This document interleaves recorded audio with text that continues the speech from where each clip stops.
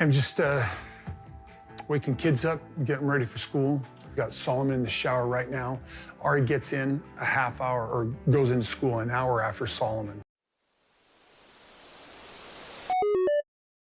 You guys, I have to tell you, I feel like the producers of this show know exactly what they're doing. They are giving us the stuff that they know is going to make us mad, or at least get us talking. And Kody Brown getting the kids ready for school is definitely one of those things.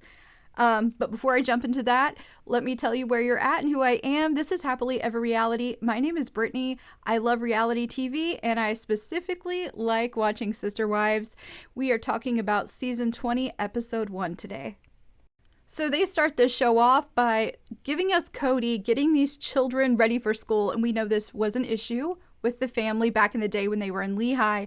Kody had all sorts of excuses for why he didn't need to help in the morning or help put the kids to bed. And then we know in the future, he would actually leave the house in Lehigh to drive over to Robyn's house once he married her to tuck her children in at night. So there were a lot of issues with morning routines and night routines.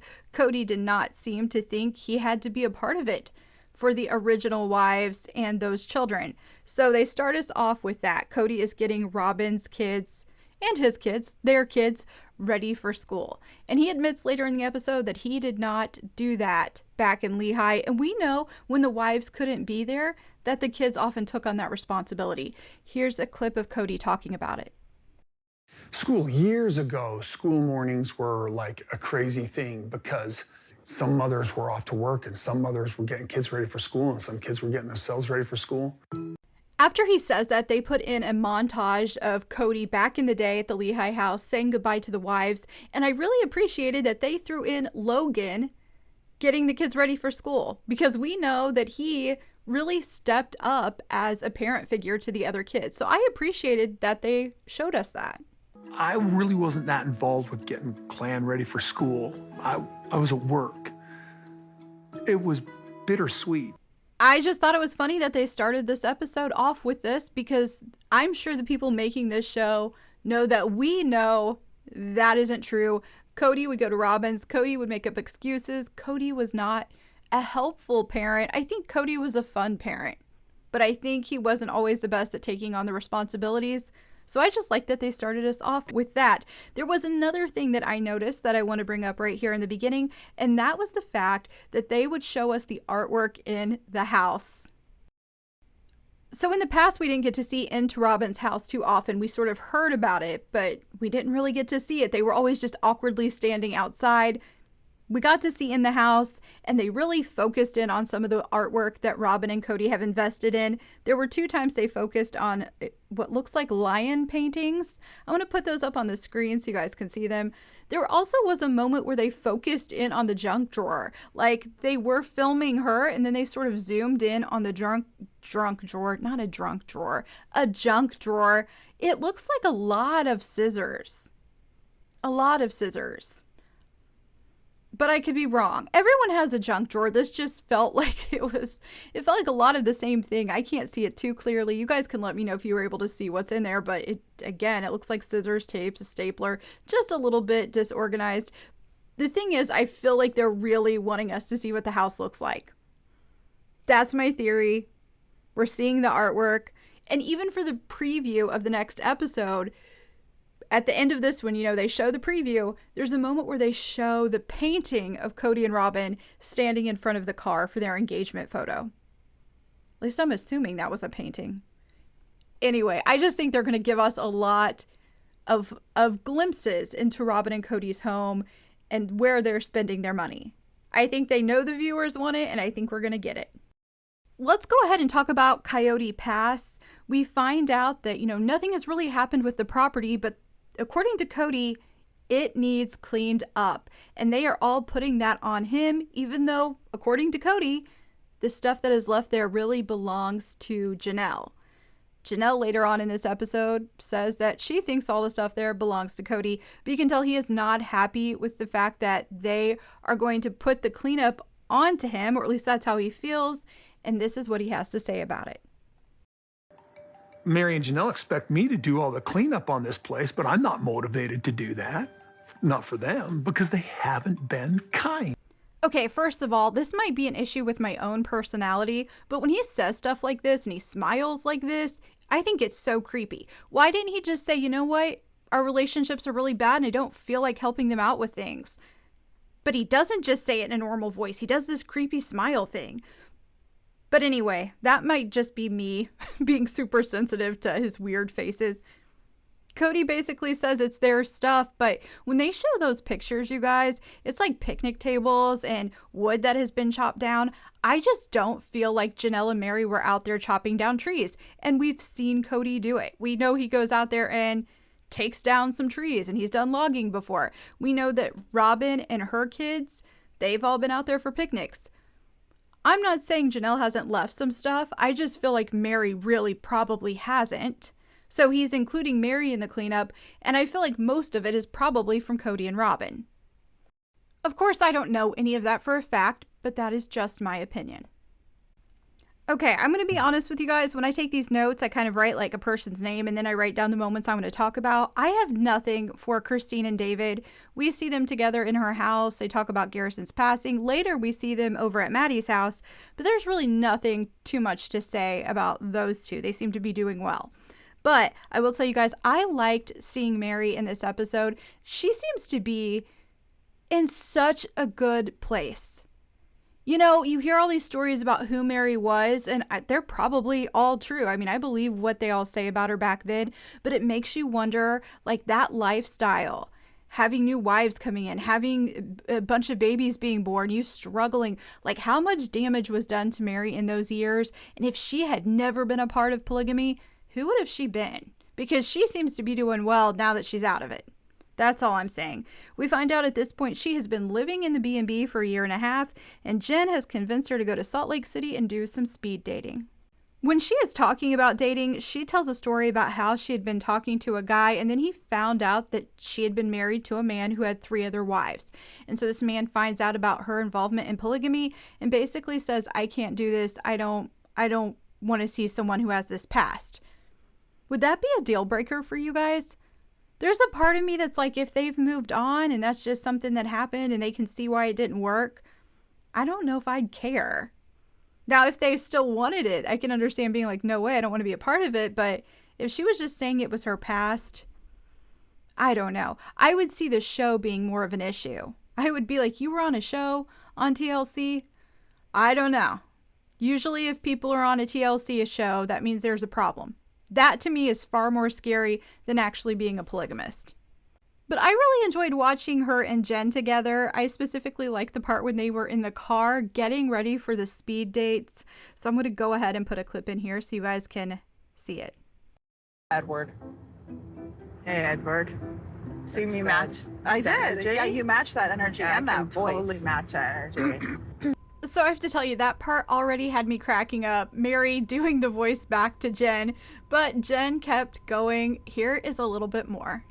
Hi, I see your name is Meri. Wow, that's spelled weird. My name is Bob. I spell it with 2 O's.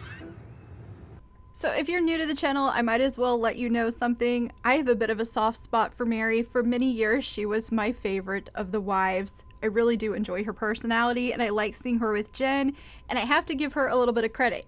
She is optimistic and hopeful and looking for love. That would be really difficult to do if your only relationship was with Kody Brown. It would be easy to swear off men if that was your only experience with them. So, gotta give her some credit there, because I would probably be like, I'm done for a long, long time, just gonna live life by myself. But she is out there looking for love, and I just enjoyed this part of the episode. Let's move on to Janelle. She is out there in North Carolina. You know, she's getting that property with Maddie. Her life is going good. We do find out that she is interested in getting a spiritual divorce. That is something that Janelle was really hung up on. We saw that in the last few seasons. She wasn't seeing Kody anymore. He wasn't coming around. For all intents and purposes, they were not a married couple, but she talked about the spiritual side of their marriage. So in my opinion, if this is what she needs to be fully released from this and really let it go, then she should do it. And there's a part of me that likes that Meri is going to be helping her.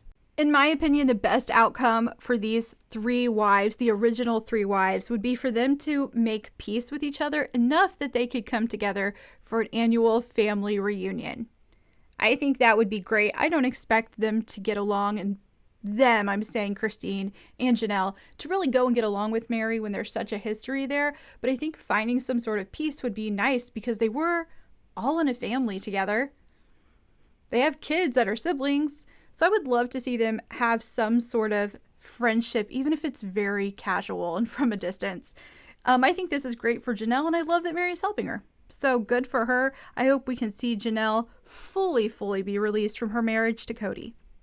She seems to be doing really well in North Carolina. She talked about how she's really getting involved in the community, trying to be more social. When it comes to her love life, she's not interested in being on an app or being set up on things.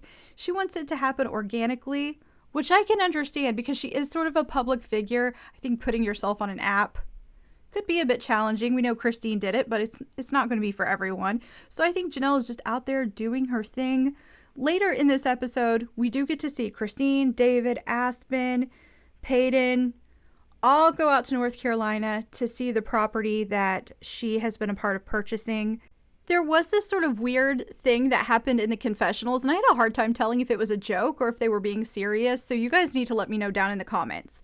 It was Christine talking about how Janelle wanted the place in North Carolina to be a gathering place for the family, but she wanted her house to be the gathering place. And she joked about them having some sort of like gang war or something. I don't know. Let me put the clip in here so you guys can hear it. But Janelle would love to have, this be where the whole family gathers. Absolutely. I also want my house to be the place where everybody gathers. Just saying, we could have like some sort of a gang war kind of between Janelle and I a little bit. So at this point, I thought it was just being funny. And, realistically, her being in Utah and Janelle being in North Carolina, there's going to be times it makes sense to be there or in North Carolina. You know what I mean? It's not really a competition. They're so far apart. But then Janelle answered in a way that made it all feel kind of serious. Hold on. There's one more clip of Christine I want to put in here, and then I'll follow up with the clip from Janelle.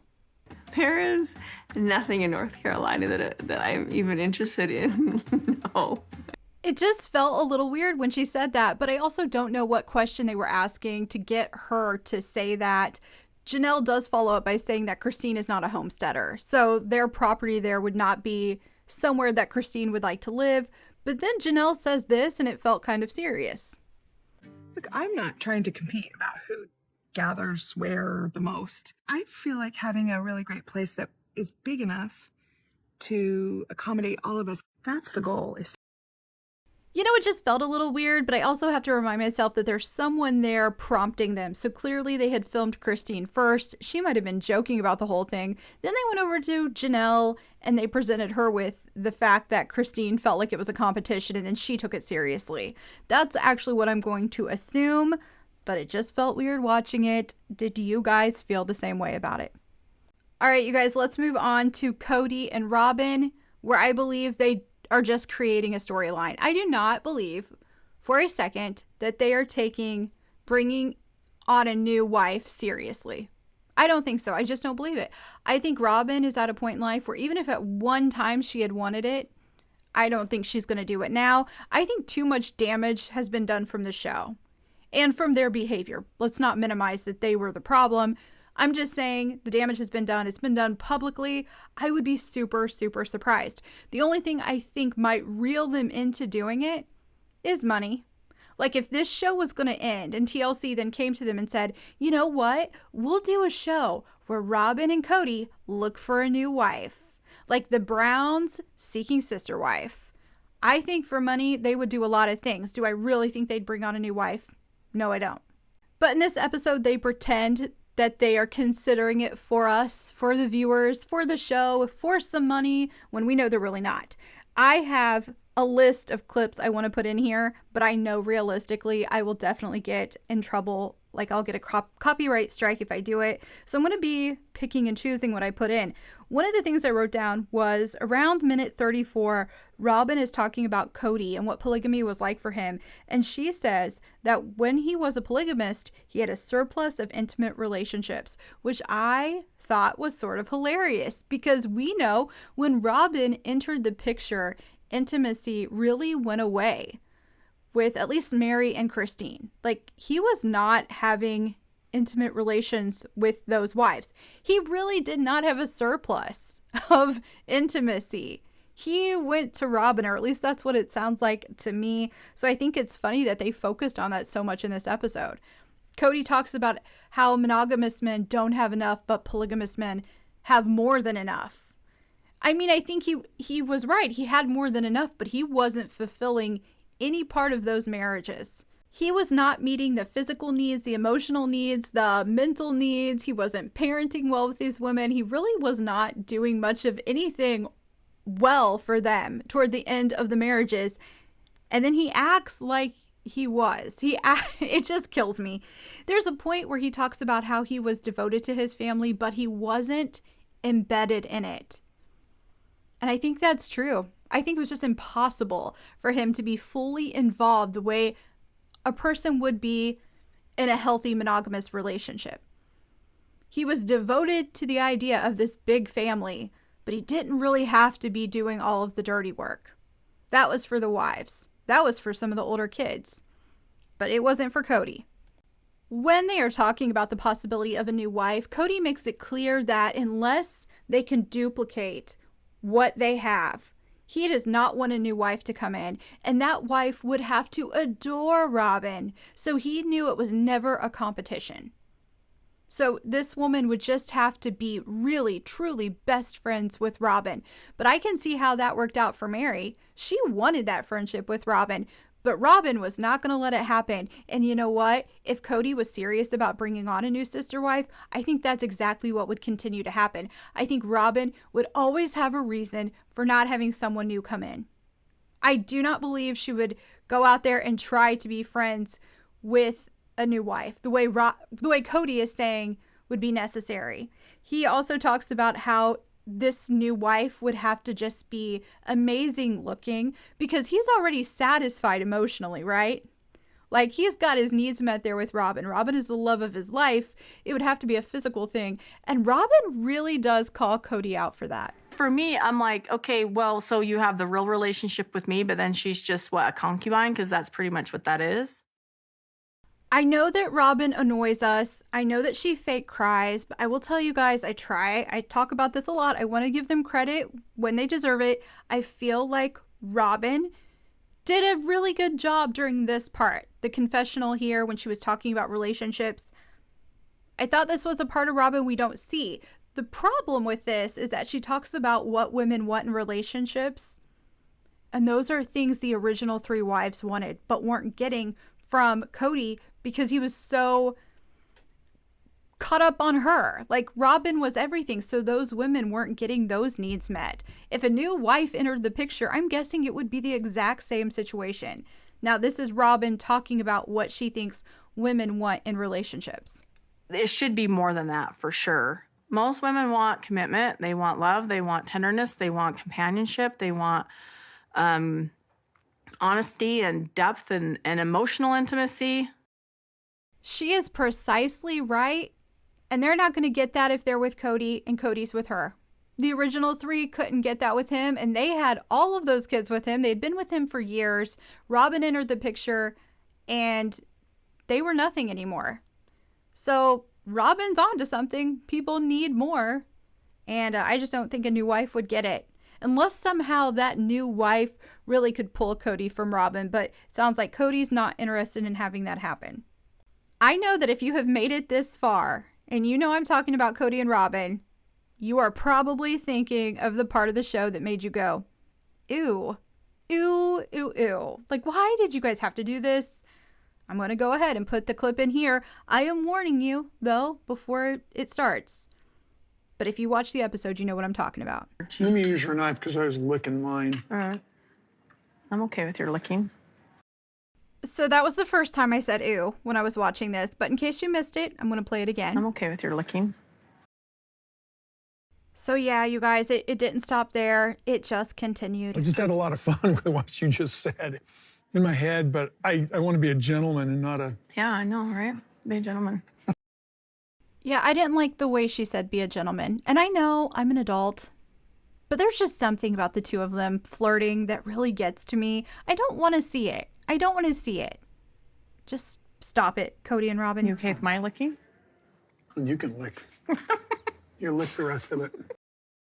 And then if you guys have watched the rest of this, you know that she does lick the food off of the fork, but she covers her mouth and sort of hides her face and does a giggle because she's Robyn and she's dainty, demure, shy, cute. Yes, yes, yes. That is what happens. And then Kody talks about it. Oh, that's fun to tease you. You get cute. You got all You get shy. You know, here's my thing. She just called herself shy, and then he jumps in with shy. It's like that's their favorite word to use for her. And my thing is, if you're kind of, you know, flirting and using some innuendo, it could make a person blush, be a little bit embarrassing, but that doesn't mean they're shy. Why do they love to call Robyn shy? Why? Is she shy? Did I miss it, you guys? That isn't necessarily the vibe I got from her. If someone was super, super shy, they wouldn't want to go on a reality show and talk about polygamy. But she seemed okay with going on there the whole time. That's all. But of course, she says shy, cute, the shy, cute wife. I guess that's who she is then. But that is the recap for this episode, you guys. If you haven't already, click like and subscribe. I hope you will do that. I'm going to be talking about Plathville, Seeking Sister Wife, and Special Forces. And of course, I will continue to talk about sister wives. You guys can let me know down in the comments what you thought of this episode. Did I leave out any big, important moments or anything you guys thought was funny? Let me know down below, and I hope you will come back to Happily Ever Reality.